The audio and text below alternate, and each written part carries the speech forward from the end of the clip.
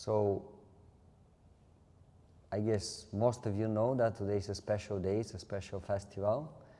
Varaha Dvadashi, the appearance day of Lord Varaha.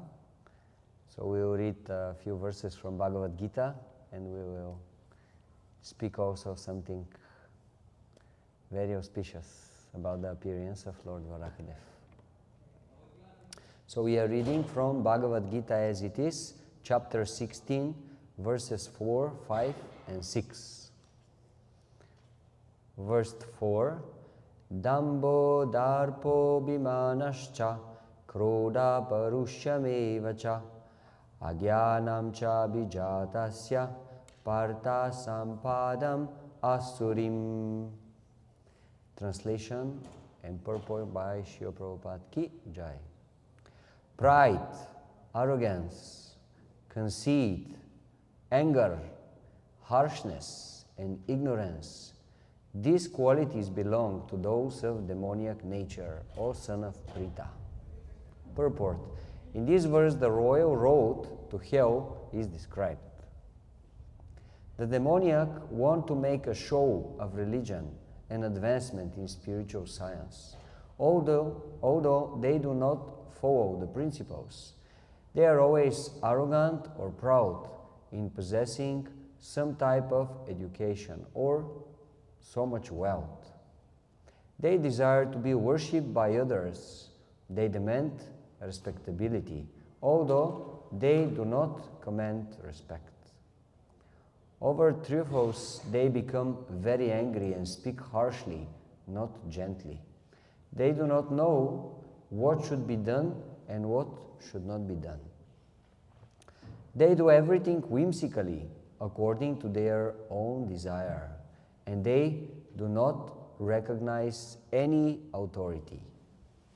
These demoniac qualities are taken on by them from the beginning of their bodies in the wombs of their mothers, and as they grow, they manifest all these inauspicious qualities. Text 5. Daivi sampad vimukshaya nibadaya surimata Mashucha sampadam daivim abija Tulsi Pandava. The transcendental qualities are conducive to liberation, whereas the demoniac qualities make for bondage. Do not worry, O son of Pandu, Arjuna, for you are born with the divine qualities. And text 6. Dvau bhuta sargau lokesmin daiva asura evacha daivo vistara saprokta asuram partameshrinu. O son of Prita, in this world there are two kinds of created beings. One is called divine and the other demoniac. I have already explained to you at length the divine qualities. Now hear from me of the demoniac. Purport. Lord Krishna, having assured Arjuna that he was born with the divine qualities, is now describing the demoniac way. The conditioned living entities are divided into two classes in this world.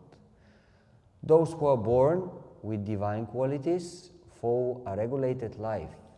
That is to say, they abide by the injunctions in scriptures and by the authorities. One should perform duties in the light of authoritative scripture.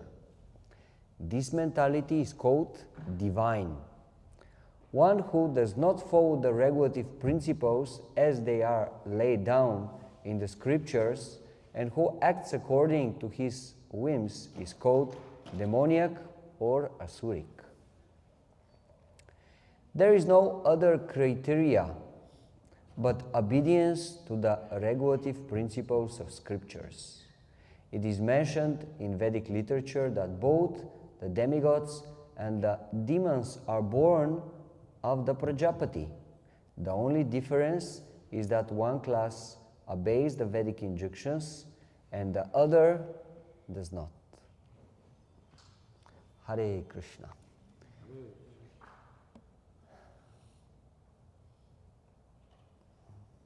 So it is described that in the beginning of the creation, all living entities, they were created by Brahma.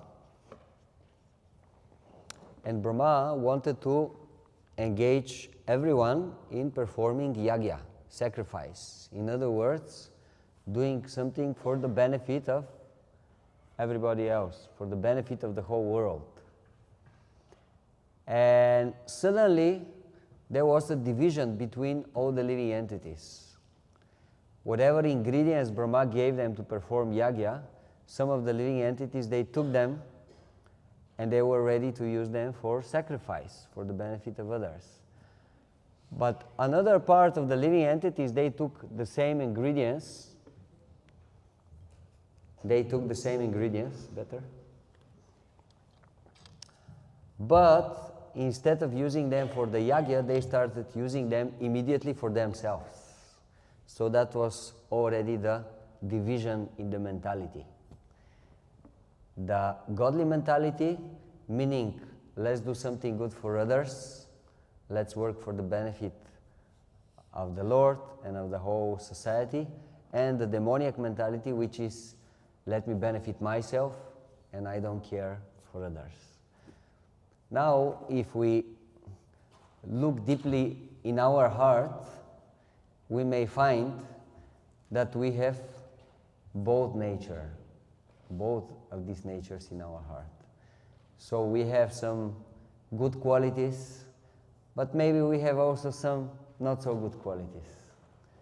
And the whole idea of spiritual life is to control your lower nature or your not so elevated qualities, and at the same time to try to encourage your good nature to come out, to use the good nature, the divine nature. So some of these demoniac qualities that we have to avoid, they were just described: pride, arrogance, conceit, anger, harshness, ignorance. It is said that spiritual life begins with humility. If we don't have humility, it is very, very difficult to advance spiritually. Why? Because you have to take the position of disciple in spiritual life. You have to learn. You have to be ready to serve. So it requires humility. And gradually, when we try to sincerely to advance, it's given a great opportunity to us, the great opportunity to make serious spiritual advancement. Now, it's up to us how we are going to take it. If we take it with humility, this will last, and we will make a very serious spiritual advancement. If we become very proud, then we may become mouses again. There is a story Srila Prabhupada is telling. It's a story about a yogi, a great mystic yogi with mystic powers. So a mice went to him and said, "Yogi, yogi, yogi, please help me. I'm in a great danger." And the yogi said, "Oh, what is that?" "Oh, the cat is chasing me. Please help me, make me a cat." And the yogi said, "Okay, tatastu, let it be so." And the mice became a cat. And then after a while, the cat came. Said, "Yogi, yogi, yogi, please help me. The dog is chasing me." "Oh, so what do you want?" "Oh, I want to become a dog." "Okay, be a dog then." Then after a while, the dog came and said, "Oh, yogi, please help me. The tiger is chasing me." You know, the tigers, they're the big cats, so they don't like the dogs. And the yogi said, "So what do you want?" "Oh, I want to be a tiger." "Okay, let it be so." Then the tiger started looking at the yogi. The yogi said, "What do you want now? To eat me?" "Yes." Then the yogi said, "Okay, become a mouse again." So in spiritual life, to us is given a great opportunity to advance. Maybe we don't deserve it, but we are getting this special opportunity, this special chance. And if we become proud, then we will have to become small again. But if we stay humble, then more and more opportunities will come in front of us. And Krishna will use us to make wonderful things through us. Krishna will use us as an instrument. So, Varahadev, this is an avatar of Krishna, incarnation of Krishna. He is appearing to curb our demoniac tendencies, or even we could say to kill our demoniac tendencies. The way how he killed the great demon Hiranyaksha. So the Acharyas are explaining there are two appearances of Varahadev.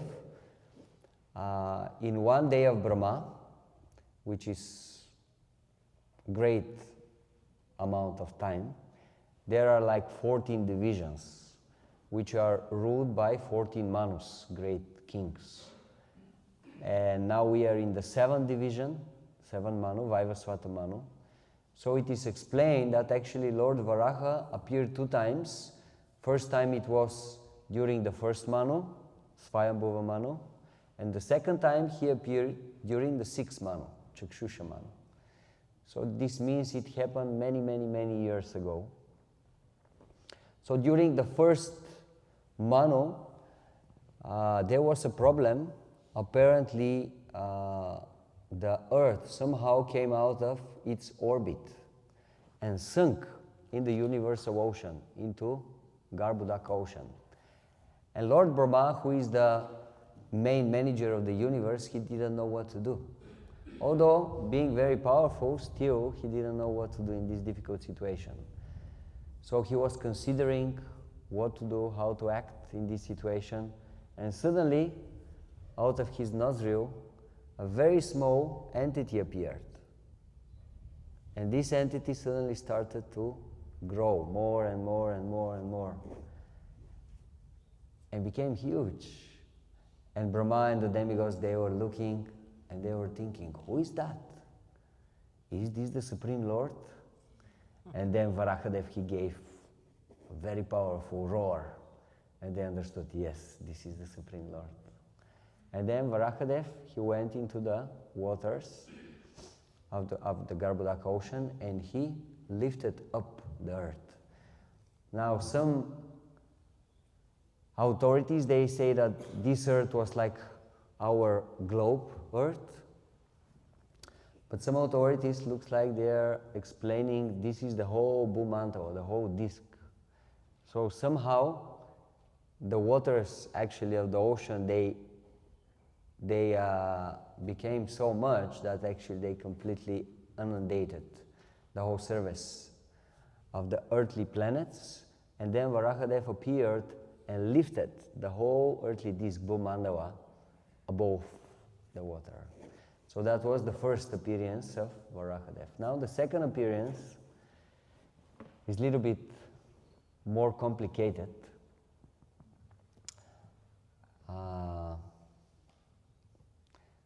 Let's start with an amazing couple in the universe, Kashyapa, Muni, and Diti. These are not ordinary living entities like us. These are very powerful personalities, and they are living on the higher planets. So once the wife of Kashyapa Muni, Diti, she wanted to have intimate relationship with her husband, but in inappropriate time. And Kashyapa, being a very powerful yogi, very powerful personality, he gave a warning to his wife. That's okay, but now is not the right time. And if we do something now, this will have bad consequences. In other words, in the Vedas it is explained, when the husband and the wife, they want to conceive a child, it is very important to do it in the right moment with the right consciousness. Because according to their consciousness, they will attract a pure or an impure soul. So the quality of their kid, it depends on the quality of their consciousness during the time of conception. So Diti was already so attached to her desire that she couldn't do anything, and as a consequence, in her womb appeared two very powerful personalities. When they appeared, all the demigods, they started seeing very inauspicious omens. They started seeing how actually the light of the sun and the moon started disappearing, and so many other strange things. So they were so worried, they went to Brahma, the highest authority, and they said, what's happening? Like something very inauspicious is happening. What's that? And Brahma said, okay, sit down, I'll tell you a story. And he said, some time ago, there are four very great personalities in this universe. They are my sons, the four Kumaras. They look like a very small kids, like 5 years old kids, but actually these are one of the oldest persons in the universe, and they are extremely wise and learned. So they, with the help of their spiritual powers, managed to go all the way to the spiritual world. And they were about to enter into the spiritual world. And then Srimad Bhagavatam is giving amazing description of the spiritual world, how in the spiritual world you have forests, but they're made from desire trees. You can go to these trees and you can ask for any kind of fruit and you can get it immediately. You can get a mangoes without a seed inside. Wow, makes it much easier, huh? And the ladies in the spiritual world are so beautiful, but at the same time they are completely attracted to the service of the Lord, and they are husbands as well. So everything is amazing, perfect in the spiritual world. And these four Kumaras, they managed to enter the spiritual world. They went through 6 of the gates.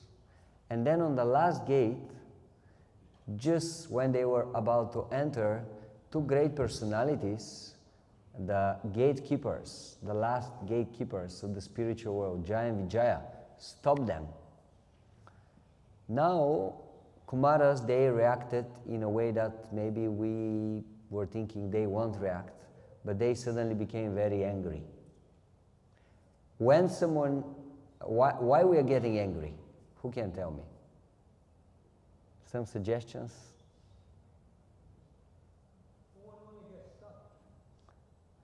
Yes, you want to achieve something and someone is on the way. In other words, you have a plan and you want your plan to be accomplished, and now suddenly there is some problem. Well, this problem, you don't like it. And if it's a person, you also don't like it. So in the case of the Kumaras, they wanted to enter the spiritual world and someone is stopping them. They became so angry. Their eyes became red. And they are very powerful Brahmanas. So you know the Brahmanas, if you make them angry, they can curse. So they said to Jaya and Vijaya, how is that? You are residents of the spiritual world. People in the spiritual world, they don't make distinction between good and bad. So if we came all the way to here, that means we are not enemies. How it is that you are differentiating between good people and enemies, and that's why you are stopping us? That means your consciousness is not spiritual. That means you yourself have a material consciousness, and you are putting your material consciousness, projecting it on others. So that means you're not deserving to stay here, in this place where there is no dualities. And you have to go to the material world, the world of the dualities. And then suddenly Jaya and Vijaya, because they were great devotees, although empowered for this special service, being bodyguards, security guards of the Lord, they became very humble. Because Vaishnavas, they are humble. They are humble by nature. And they became very humble and they said, sorry for doing that. Just this is our duty. But looks like we make a mistake. Please forgive us. and still, whatever is your desire, we are ready to take it. And then, at that point, personally, Supreme Personality of Godhead, Vishnu, with his consort, Lakshmi Devi, they came personally, because Vishnu understood there is some problem there. And Vishnu spoke in a very interesting manner. First, he glorified the 4 Kumaras, the Brahmanas.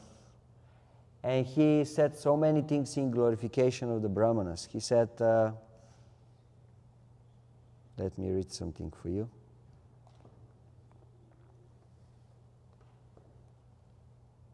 He said, I do not enjoy the oblations offered by the sacrifices in the sacrificial fire, which is one of my own mouths, with the same relish as I do the delicacies overflowing with ghee, which are offered to the mouth of the Brahmanas who have dedicated to me the results of their activities, and who are even satisfied with my prasada.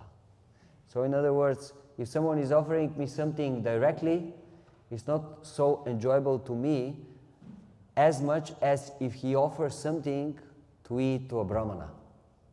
I eat through the mouth of the Brahmana and I actually enjoy more. These are the words of the Supreme Personality of Godhead. So he really glorified the Brahmanas. And he said, I'm not objecting to your curse. You said it because you're great personalities. I respect that. And that means they'll have to go to the material world and suffer. And still, because they are great, great, great Vaishnavas, they will always remember me. They will never forget me. But in anger. In another place it is said that actually Vishnu asked Jaya and Vijaya, so do you want to take 9 births as a devotees, or you want to take only 3 births, but as a demons? And they said, okay, let's finish this job faster, 3 times as a demons. So then Vishnu, he glorified the Brahmanas, but then the next moment he glorified the Vaishnavas even more than the Brahmanas. And then the Kumaras, they could not understand, wait a minute, like, does he means we are greater than Jaya and Vijaya, or he means Jaya and Vijaya are greater than us? They became confused. And then Vishnu said, you know what, you Brahmanas, you are so great, I am ready to cut off my own hand for you. So that was also very confusing, because he's ready to do this for us because we are so great, but actually he is saying he's ready to cut off his own hand. So that means he considers Jaya and Vijaya his own hand. So looks like actually they are actually more dear to him than us. So Kumaras, the 4 Kumaras, they actually understood, oh, actually we did a serious mistake. These are Vaishnavas. Vaishnavas are very, very special. They are very dear to the Lord. How it is possible that we curse them? And still, it was done. The way how Vishnu reacted to the whole situation was also very amazing. The Kumaras, they could not believe. You know, we are coming here, we are doing something apparently wrong, and these are his own people, and he reacted in such a nice way to us. He didn't say anything. He even did not correct us with the words. He said, no, you're Brahmanas, you're great personalities. Whatever you say, it's true. Whatever you say, it's right. So they were amazed by the sattvic approach of Krishna, how Krishna was completely obedient to the desire of the great personalities, the Brahmanas, saintly people. And still, he considered the Vaishnavas his own self, his own hand. So they could understand actually, okay, we did a serious mistake. But then it was done, then the Kumaras left. Actually, they did not enter the spiritual world. They reached, they were on the border, but they went back. So then, Jaya and Vijaya, they had to be born in the womb of deity. So Brahma, telling this story to the demigods, said, now, these 2 great personalities, they are in the womb of deity. And you'll see strange things happening anytime soon. So Jaya and Vijaya, they stayed in the womb of Diti for how many years? 100 years of the demigods. 100 years of the demigods. That's a serious pregnancy. And then the moment they were born, there were so many inauspicious things happening, like inauspicious planets appear like Saturn, comets, meteors, bad, very strong winds like storms, tornadoes, so many inauspicious things, and everybody understood something very, very, very fearsome is happening now. Then when they were born, very fast they started growing, and their bodies were so huge that Srimad Bhagavatam it is said they were touching the sky. And their bodies, they were strong as a steel, very powerful personalities. And then they performed very serious austerities, such amazing austerities that nobody in the universe could do something like that. Like, for example, Hiranyakashipu, he was staying in one place and he was repeating mantra for such a long time to satisfy Lord Brahma and get his blessings. Such a long time he stayed in one place that the ants came around him and made their home above his body. And actually gradually they started eating his flesh, till the moment that only his skeleton stayed. But he was such a powerful personality, such a great yogi with mystic powers, that although practically his body was dead, still his soul was staying somewhere there behind one of the bones, and he was not leaving the body. So after performing these amazing austerities, Brahma appeared and said, "What do you want?"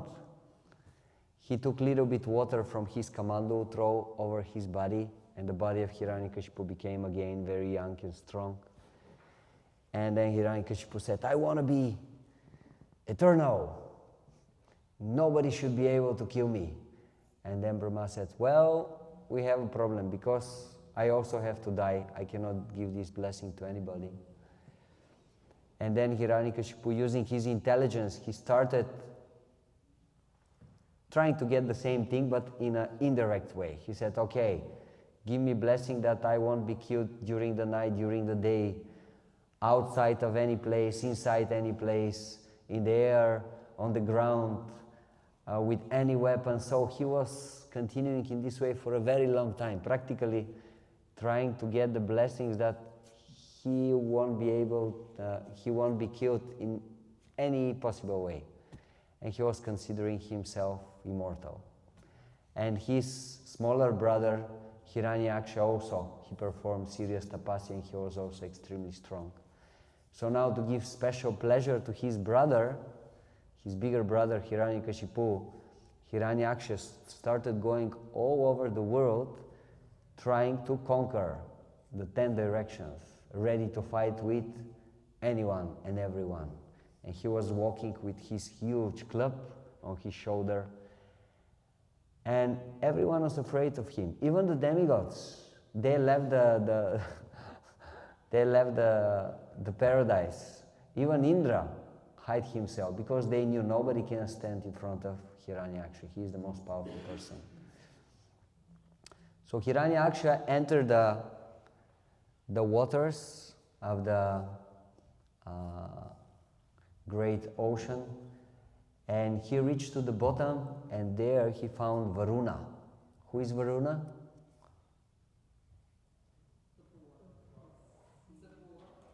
The demigod of the sea, of the waters, yes. Actually, it is said that Varuna, he is in charge for all the planetary systems under the earthly planets. So basically, all the 7 lower planetary systems, Varuna, he is in charge for all these places. And then Hiranyaksha went there, and he was pretending he is very humble. And he said, "Oh, my dear Lord," smiling, "give me a battle. And Varuna, he immediately understood his demoniac nature, his demoniac qualities, his pride. And he wanted to crush it, but he knew, actually, even I cannot do that. So he used his intelligence and he said, my dear child, I'm already too old and I'm not fighting anymore. But don't worry, soon you will find someone to crush your pride. And this is the Supreme Personality of Godhead. Very, very soon you will meet him and this will be the end of your pride. So little after that, Hiranyaksha met Narada Muni,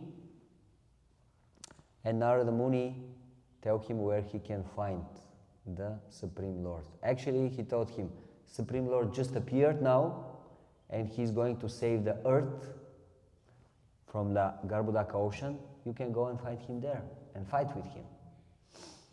And then Hiranyaksha immediately went to this place and he saw Varahadev. He was just about to take out the earth on the surface of the ocean. And immediately he used this opportunity and he challenged the Supreme Lord. He said, you thief, you're taking something that belongs to us. We are in charge for everything. We are in charge for the resources of the earth. Actually, in some places it is mentioned that it looks like these demons, like Hiranyaksha, they took such a huge amounts of valuable things from earth, like gold and silver, that actually the orbit of earth was misplaced, and that's why the earth fell down in the ocean. Like now people, they are taking so many valuable things from earth, like so much oil and so many things. We should pray that the earth stays in orbit. So Varahadev did not pay any attention. Varahadev just continued, finished his duty, finished his job. The moment he went and very safely put earth on the surface of the ocean, he invested the earth with his potency of floating. You know, we have so many planets and stars in this universe, and they are super heavy. They are so heavy, and somehow they are floating in the air in a very particular orbit, and they never move out of it. You know, like if just 1 or 2 or 3 planets, they start moving from the orbit, very interesting things will happen, but somehow they don't. They are moving and they are not clashing with each other. So it is said that Varahadev, he invested the earth with this floating potency, and the earth just stayed on the surface of the ocean. And then Varahadev, he approached his opponent, his enemy, Hiranyaksha. And he said something very interesting. He said, the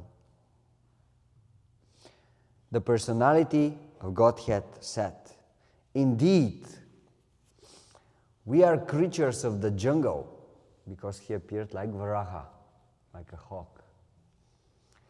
We are creatures of the jungle, and we are searching after hunting dogs like you.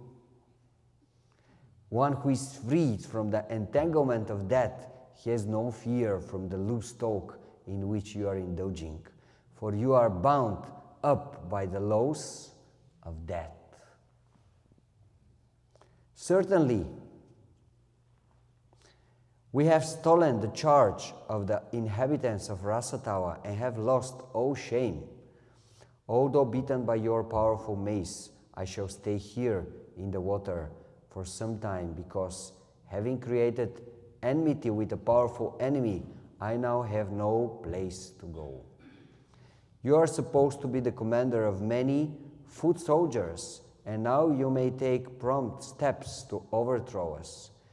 Give up your foolish talk and wipe out the cares of your kith and kin by slaying us. One may be proud, yet he does not deserve a seat in the assembly if he fails to fulfill his promised words. In other words, Varahadev is saying to Hiranyaksha, you're only talking. Just do something.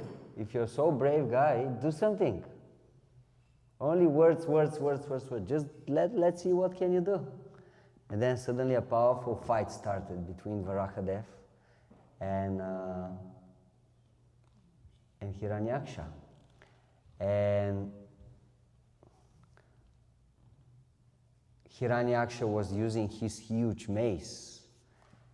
And Varahadev also took out a mace and he started fighting. So one time a devotee asked, but how it is possible? How is he holding this mace? He has a hand? Yes, of course. He's the Supreme Personality of Godhead. He has hands, he has feet, he has eyes. Why? Because he is a person. Supreme Personality of Godhead is a person. He can talk. He can see. Actually, in the Upanishad, it is said that the Lord created the whole world just by looking at the material nature. He looked at the material nature and all the living entities, they appeared within the material world. So he can, he's so powerful. Angas yasya sakalendriyam ritivanti. His senses are so special that with each and every of his senses, he can perform the job of all other senses. He can impregnate just by his glance, like he made the living entities to enter into the womb of the material nature. Or he can eat just by hearing. You offer something to the Lord and he can eat it just by hearing. So he's so powerful, he can do anything and everything. Ishvara Parama Krishna Satchit Ananda Vigraha Anadi Radha Govinda Sarva Karana Karanam. Why? Because he is Ishvara Parama. He is the Supreme Controller. He is the Almighty. And he is Anadi Radhir. He is the beginning of everything. And Sarva Karana Karanam. He is the cause of all causes. Sometimes people, they are asking, okay, I understand, like, God, he created the world. But who created God? Well, nobody created him. That's why he's God. He's the beginning of everything. Sarva Karana Karanam. He is the cause of all causes. Nothing exists before him. He is the beginning of everything. So this great personality, he was fighting with Hiranyaksha. Do you think Hiranyaksha had even a small chance of winning? No, of course no. But still, for the sake of pleasure of the Supreme Lord, it was exactly like the battle was equal. So actually the fight was very serious. Like, you know, sometimes you are watching some wrestling match and you don't know who is going to win. And that's why it's very interesting. Like if let's say you put some professional wrestler to wrestle with some, like some kid, 5 years old kid, is it going to be interesting? It's not interesting. So the pastimes of the Lord, they are made in such a way that actually till the last moment, although he is the Supreme Lord, it looks like he may win or he may not win.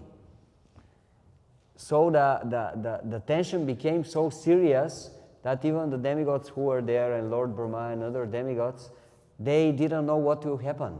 And they became so disturbed and so afraid. Wow, what will happen if now Hiranyaksha actually wins over the Supreme Personality of Godhead? He's the strongest person. If he cannot win over him, what we are going to do? So they started praying, and then Lord Brahma, he especially prayed to the Supreme Lord, and he said, my dear Lord, you know what? Now is exactly noon, and now is the beginning of this very special period for winning over the enemy. Now is very good time to win over. So please don't delay, don't play anymore with this Hiranyaksha. Finish him off, now, immediately. And then the Supreme Lord, he heard the prayers of Brahma and the other demigods, and he decided to satisfy them. And just with one stroke,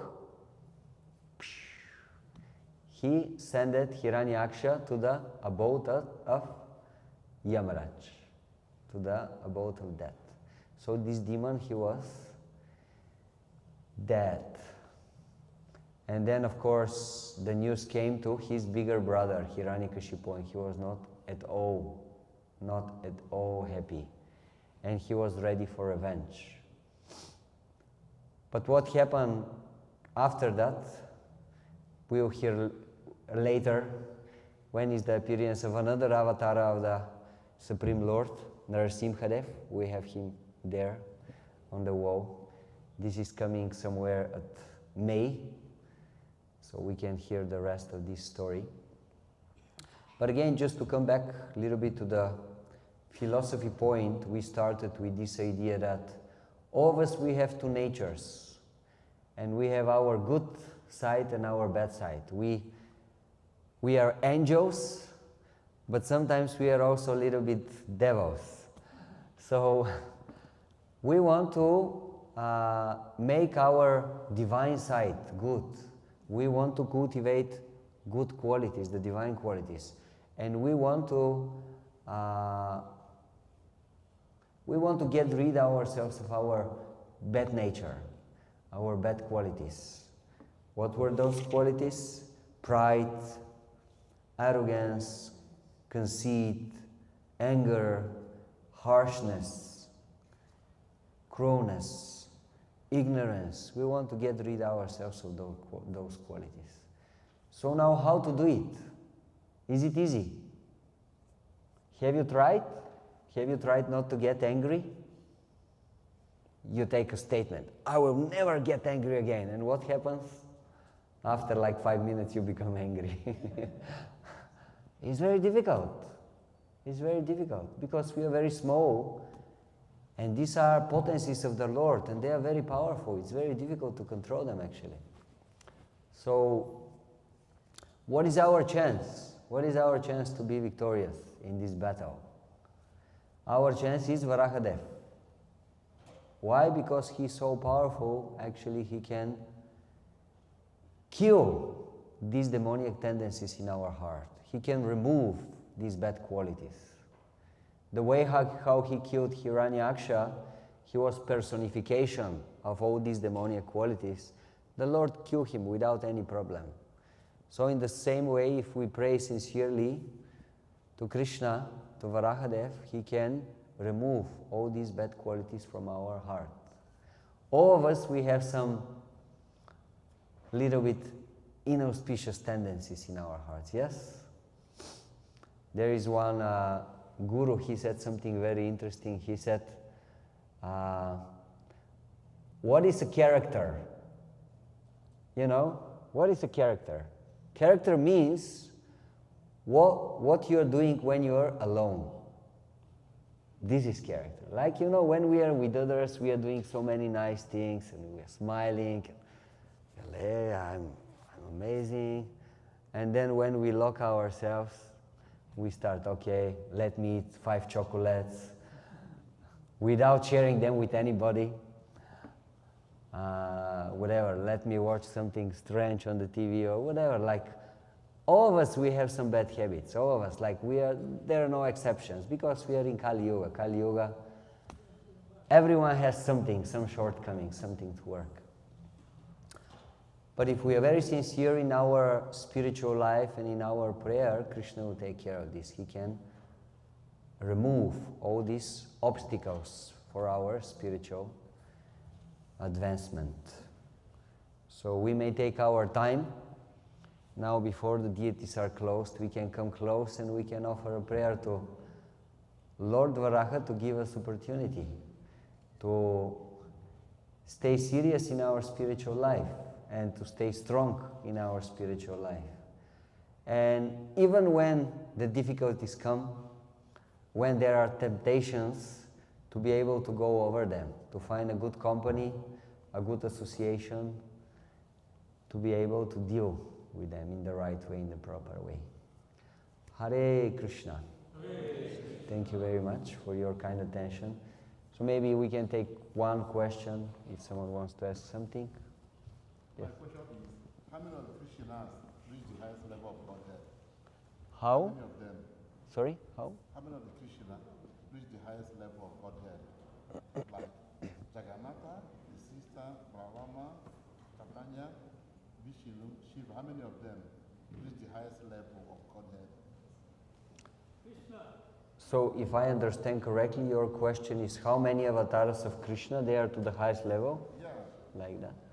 Like Well, Chaitanya, Jagannatha, yes. Brahma, It is explained. the sister, Radha, Yeah. Vishnu, Shiva. How many of them reach the highest level? There is a book, the book is called Lagu Bhagavatamrita, and in this book there is a very nice explanation of all the appearances of the Lord, all the avatars of the Lord. And you can learn very interesting things from this book, like for example, when exactly they appear, how many times they appear, very interesting. So it is explained that all the avatars of the Lord, they have completely the powers of the Lord, the energies of the Lord. But not all of them are manifesting these abilities, qualities, or powers to the fullest extent. Actually, they are manifesting them only as much as necessary for their mission. Different avatars, they come to accomplish different missions, and they manifest only certain amounts of the full energies of the Lord. But now there are four, they are very, very special. Narasimha, Ramachandra, Krishna, and Lord Chaitanya. They are manifesting the powers of the Lord to the highest extent. And still, in between all of them, Krishna, he is manifesting, and Lord Chaitanya, they are manifesting completely all the energies, all the powers of the Lord. That's why if we are scrutinizingly studying the pastimes of Krishna, we'll see Krishna to highest extent, he is manifesting all the opulences of God. His power, strength, his knowledge, his beauty, his renunciation, his wealth, all these things in the pastimes of Krishna, they are manifested to the fullest extent. Like in the case of Narasimhadev, okay, maybe he is showing the greatest power, but maybe he is not showing the greatest beauty, for example. But in the case of Krishna, all this is manifested completely. In the case of Lord Chaitanya, also. Hare Krishna. Thank you very much. Grantara Srimad Bhagavad Gita ki. Srila Prabhupada ki. Appearance Day of Lord Varaha ki. Nitai Gaura Premanandi. Hare Krishna.